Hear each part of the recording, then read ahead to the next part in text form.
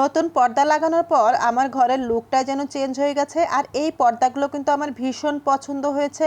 তো জানালার জন্য নতুন পর্দা আনলাম ঈদ উপলক্ষে। তো সবাইকে ঈদ মোবারক জানিয়ে আজকে ছোট্ট ভিডিওটা শুরু করছি। আর এই তো দেখুন আমার জানালার পর্দাগুলো কেমন হয়েছে বলেন তো। আমার তো ভীষণ পছন্দ হয়েছে। আপনাদের কাছে কেমন লাগছে অবশ্যই কমেন্টসে জানাবেন। আর কি বলবো, আমার মেয়ের হচ্ছে ঈদের 2 দিন আগে থেকেই ভীষণ জ্বর ছিল। তো আজকে হচ্ছে চাঁদ রাত। তো চাঁদ রাতে ভাবলাম আমি একটু একটু করে কাজগুলো গুছিয়ে নিই। এর মধ্যে আমার মেয়ের জ্বর একটু কমেছে আলহামদুলিল্লাহ। তো হচ্ছে আমার সাথে এসে একটু একটু করে কাজে হেল্প করছিল। আর এদিকে হচ্ছে টেবিলের কাভারটাও চেঞ্জ করে নিলাম। কাভারটা আগেরটা চেঞ্জ করে নতুনটা লাগিয়ে নিলাম। আর এই তো আমি হচ্ছে টুকটুক করে কাজগুলো সেরে নিচ্ছিলাম। এর মধ্যে আপনাদের ভাইয়া বাজার নিয়ে আসছে, মানে ঈদের বাজার আনা হয়েছে। এখানে হচ্ছে মুরগি আনা হয়েছে, গরুর মাংস আনা হয়েছে, এখানে আরও হচ্ছে দুধ আনা হয়েছে, আর হচ্ছে লাচ্চা, সেমাই, পোলা চাল, চিনি, মোটামুটি ঈদের বাজার বলতে যেগুলো লাগে সেগুলো কিন্তু সবই আনা হয়েছে। তো আমি হচ্ছে রাতেই, মানে চাঁদ রাতেই কিছু কিছু রান্না করে রাখি। তো এবারও হচ্ছে সেরকম করে নিচ্ছিলাম। আর এ তো এখানে প্রথমে হচ্ছে রাঁধুনি ক্ষীর মিক্সটা রান্না করব, তো সেটাই বসিয়ে দিয়েছি। দুধ দিয়ে চুলায় একটু বসিয়ে রেখেছি। দুধটা গরম হলে ক্ষীর মিক্সটা দিয়ে দিলাম। আর ক্ষীর মিক্সটা কিন্তু আমার বেশ কিছুক্ষণ রান্না করার পর মোটামুটি অর্ধেকটার মতো হয়ে এসেছে। আর একটু হয়ে গেলে নামিয়ে নিব। তো ক্ষীর মিক্সটা অন্য চুলায় দিয়ে আমি পুডিংটাও বানিয়ে নিব। আর হচ্ছে ক্ষীর মিক্স আর পুডিংটা হচ্ছে রাতেই বানিয়ে রাখবো। আর এই তো পুডিংয়ের জন্য এখানে ক্যারামেল বানাচ্ছিলাম। আর ক্যারামেলটা আমি একটু কড়া করে করে নিব, কারণ কড়া করে ক্যারামেল বানিয়ে যে পুডিংটা করা হয় সেই পুডিংটা খেতে আমার কাছে বেশ মজা লাগে। আপনাদের কাছে কেমন লাগে অবশ্যই কমেন্টসে জানাবেন। আর এই তো ক্যারামেলটা তৈরি করে নেওয়ার পর সাথে সাথেই কিন্তু আমি ঢেলে নিলাম। এবার হচ্ছে এটা একটু রেস্টে রেখে দেব। ব্যাস, বেশ কিছুক্ষণ রেস্টে রাখার পর এটা কিন্তু শক্ত হয়ে গেছে। আর এর ফাঁকে আমি পুডিংয়ের জন্য যে ব্যাটারটা সেটা তৈরি করে নিয়েছি। এই তো পুডিংটা বসিয়ে দিলাম। এদিকে পুডিং বসাতে বসাতে আমার কিন্তু ক্ষীর মিক্সটা একদম হয়ে গেছে। আর এই যে দেখুন কতটা লোভনীয় হয়েছে। ক্ষীর মিক্সটা আমি নামিয়ে নিচ্ছি। আর আমি কিন্তু আসলে কথা বলছি, আমারও বেশ ঠান্ডা লেগেছে। আসলে গরমে সবাই মোটামুটি অসুস্থ।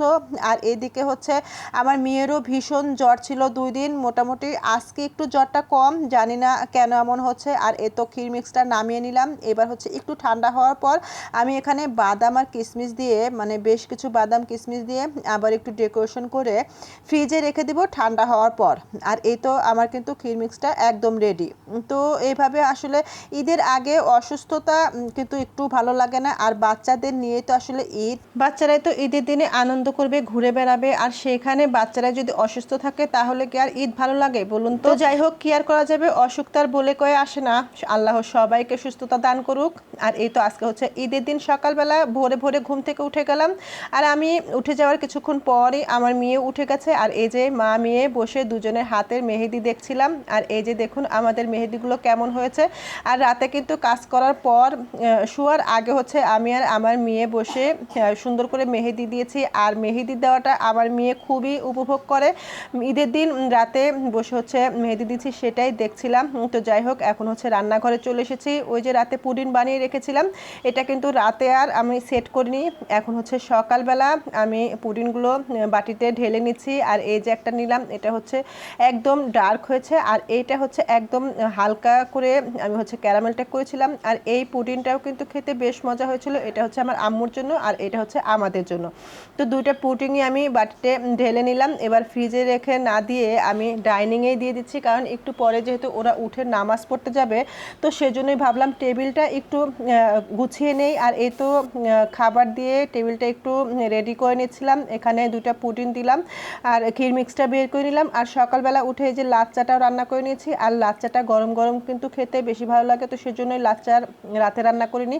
আর সবই কিন্তু অল্প অল্প করেই রান্না করেছি, কারণ আমরা ঈদের দিন হচ্ছে বাসায় থাকি না। ঈদের দিন সকাল পর্যন্ত বাসায় থাকলেও সকালের পর দুপুরে হচ্ছে ওর দাদু বাসা, নানু বাসা, সব বাসায় যায়। আর এই তো আমি হচ্ছে টেবিলটা গুছিয়ে, এদিকে ওরা হচ্ছে ঘুম থেকে উঠে গোসল করে নাস্তা পানি খেয়ে নামাজে চলে গেছে। তো এর ফাঁকে কিন্তু আমি রুমগুলো গুছোচ্ছিলাম।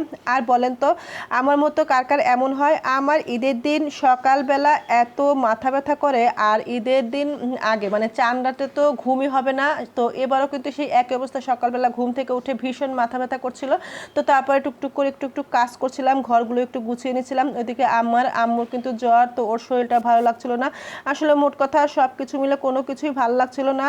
ওর জ্বরে হচ্ছে একদম নিস্তেজ হয়ে সোফায় বসে কার্টুন দেখছিল।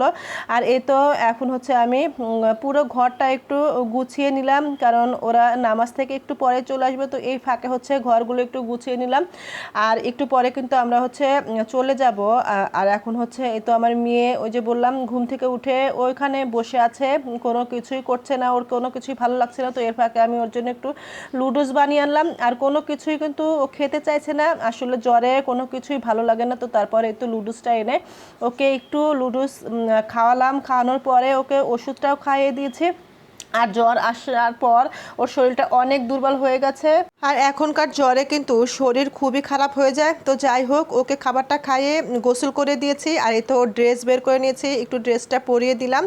আর এদিকে আমিও কিন্তু গোসল করে নিয়েছি, আর এখন প্রায় দুপুর হয়ে গেছে। তো ওরা হচ্ছে অনেকক্ষণ আগে নামাজ পড়ে চলে এসেছে, আর এখন হচ্ছে সবাই রেডি হয়ে আমরা বের হয়ে যাব। তো যাই হোক, এই তো ছিল আমাদের ঈদের দিনের ছোট্ট একটা ভিডিও। তো কার কার ঈদ কেমন কেটেছে, কে কে কোথায় ঈদ করছেন, অবশ্যই কমেন্টসে জানাবেন। সবাই সুস্থ থাকবেন, ভালো থাকবেন। আর ভিডিওটা ভালো লাগলে অবশ্যই লাইক, কমেন্ট, শেয়ার দিয়ে আমার পাশেই থাকবেন। সবাইকে আবারও ঈদ মোবারক জানিয়ে আজকে এখানেই বিদায় নিচ্ছি।